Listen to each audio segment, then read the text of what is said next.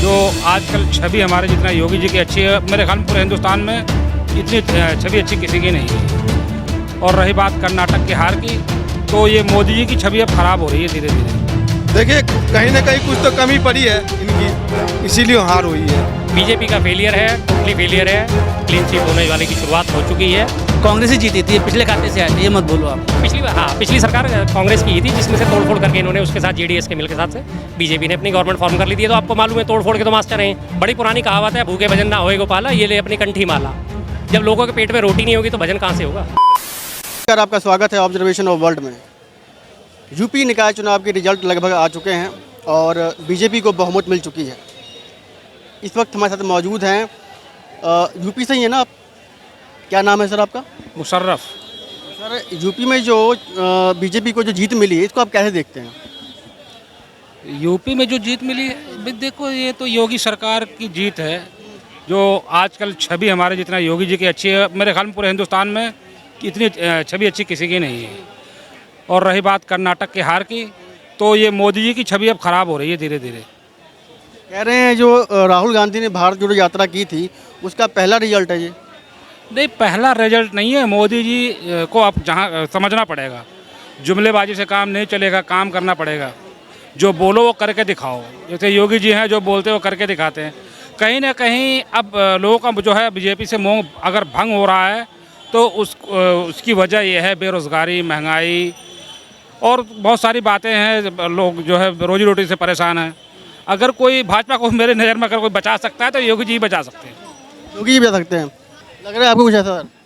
हाँ देखिए ये तो इन्होंने जो बोले मुजफ्फर जी ने अच्छी बात बोला है कि यूपी जो जीत हुई है इन योगी जी की वजह से, क्योंकि योगी जी का छवि बढ़िया है यूपी में और पूरे हिंदुस्तान में उनको मानता है। तो इन वजह से इनकी यूपी से जीत हुई है। और इन्होंने मोदी जी ने जो वादा कर रखे थे लोगों का, काम का, धंधा का, वो करे। कर्नाटक में हार क्यों हुई फिर?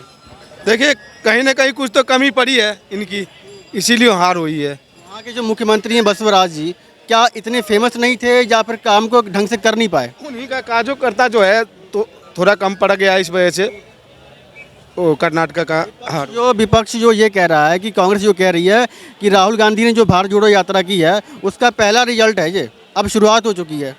देखिए ये तो लोकसभा चुनाव था, लोकसभा थी ना, कर्नाटक का विधानसभा था ये। अच्छा विधानसभा था। तो यहाँ कहीं ना कहीं अगर हम तो कह रहे हैं आपसे कि अगर हमारा विपक्ष ना हो तो ये नेता ही नहीं कहलाएगा। हर जगह मोदी जी आ जाएं, योगी जी आ जाए तो फिर सही नहीं है ना। ये भी आना चाहिए इनको। हाँ जी सर, क्या लगता है कि जो कर्नाटक का जो रिजल्ट आए हैं वो फेलियर है या फिर राहुल गांधी की जीत बताई जा रही है भारत जोड़ो यात्रा को लेकर? बीजेपी का फेलियर है, टोटली फेलियर है। क्लीन स्वीप होने वाले की शुरुआत हो चुकी है।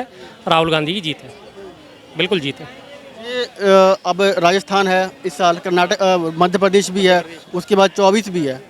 क्या लगता है रास्ता इतना आसान होगा जितना लग रहा है? शुरुआत हो गई, रास्ता आसान होने की शुरुआत हो गई है। शुरुआत हो चुकी है रास्ता आसान होने की।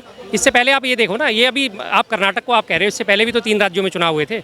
बीजेपी का क्या रहा उसमें? सिर्फ एक गुजरात को छोड़ के। गुजरात में ही जीती, हिमाचल में कांग्रेस आ गई, पंजाब में आम आदमी आ गई। 3 में से एक ही बीजेपी को मिला। अब ये चुनाव हुआ कर्नाटक का, कर्नाटक में क्लीन स्वीप है बीजेपी का, ख़त्म। इसके बाद नेक्स्ट आता है मध्य प्रदेश। मध्य प्रदेश में फिर कम से कम 125 से 150 सीट फिर है। कांग्रेस ही जीती थी, पिछले खाते से आए थे, ये मत बोलो आप। नहीं मैं समझता हूँ इस बात। समझने में सरकार बना ली थी आप, ये मत भूल रहे हो ना आप, इस बात को गलत बात कह रहे हो। पिछली सरकार कांग्रेस की ही थी, जिसमें से तोड़फोड़ करके इन्होंने उसके साथ जेडीएस के मिल के साथ से बीजेपी ने अपनी गवर्नमेंट फॉर्म कर ली थी। तो आपको मालूम है तोड़फोड़ के तो मास्टर हैं। महाराष्ट्र में करी इन्होंने, मध्य प्रदेश में करी है।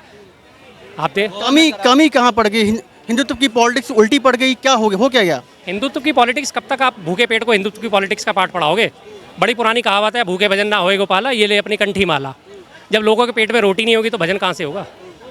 लोगों को काम चाहिए, पैसा चाहिए, अपना रोजगार चाहिए, शांति से जीने के लिए मकसद चाहिए। मुझे रोज़ मेरे दिमाग में जहर भर दिया जाएगा, हिंदू मुस्लिम में जाके लड़ने भगड़ने पर कितने दिन चला जाऊँगा मैं लड़ने? तीसरे दिन तो मुझे अपने बच्चों को देखभाल करनी है ना।